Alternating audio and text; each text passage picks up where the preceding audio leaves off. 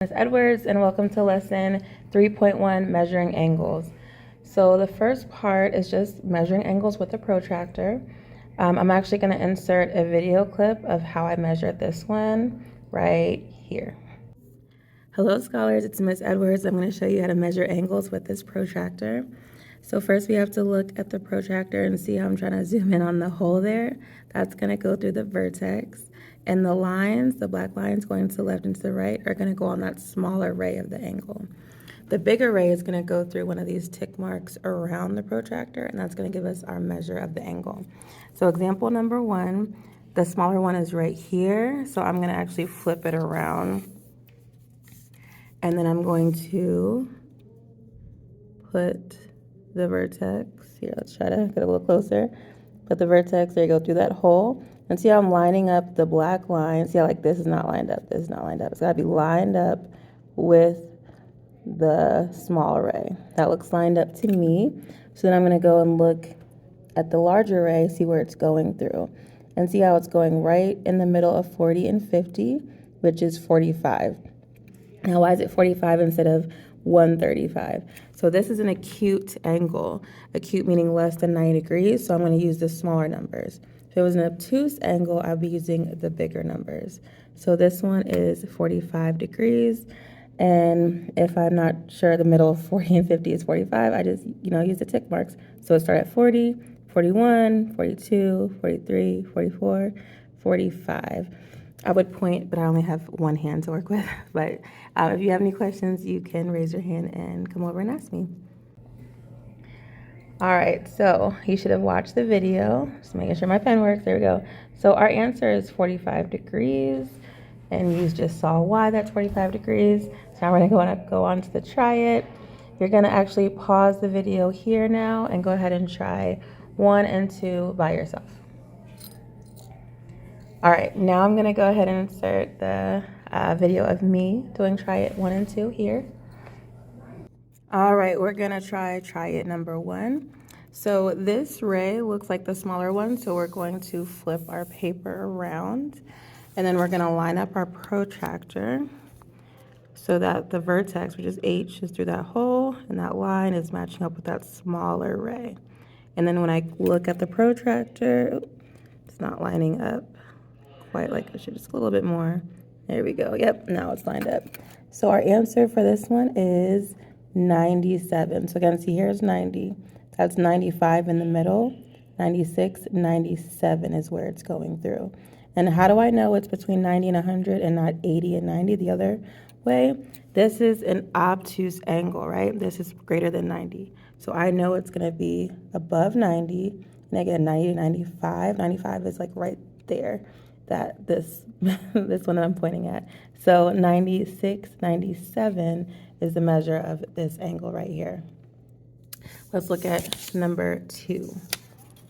Number 2, we're also going to flip around, except this time, the smaller one's right here, so we're going to line it up this way.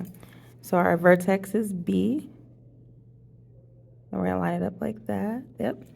And then this one is, so 80, 81, 82 degrees. All right, so you should have seen that we got 97 degrees for this one and 82 degrees for this one. All right, let's look at the next part, which is angle addition and subtraction. So angle addition postulate states that if S is in the interior of PQR, and they're just using random letters here, okay? It could be any letters. But if S is in the interior of PQR, then the measure of PQR is equal to the total of PQS and SQR. So actually I'll use a highlighter. So this is saying that we'll use yellow. So this whole thing, this whole entire thing is equal to the part PQS and the other part SQR. So this is just like segment addition postulate, but instead of segments, it is angles. So basically we're just going to be adding them together or subtracting them. Let's look at example number 2. So we're finding the measure of BCD, which is this entire thing. So B, C, D, this entire thing. I'm just going to be adding these two angles together. So 36 plus 49. Now, a way to do this without a calculator is 49 is very close to 50. So 50 plus 36 is 86, but we're not going to take one down because it's 49, not 50. So it'd be 85. Or we can just add it the old school way.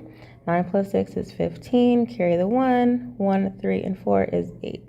So, or you could use a calculator. That's totally fine. But our answer is 85 degrees. So now go ahead and pause the video and try number 3 and number 4.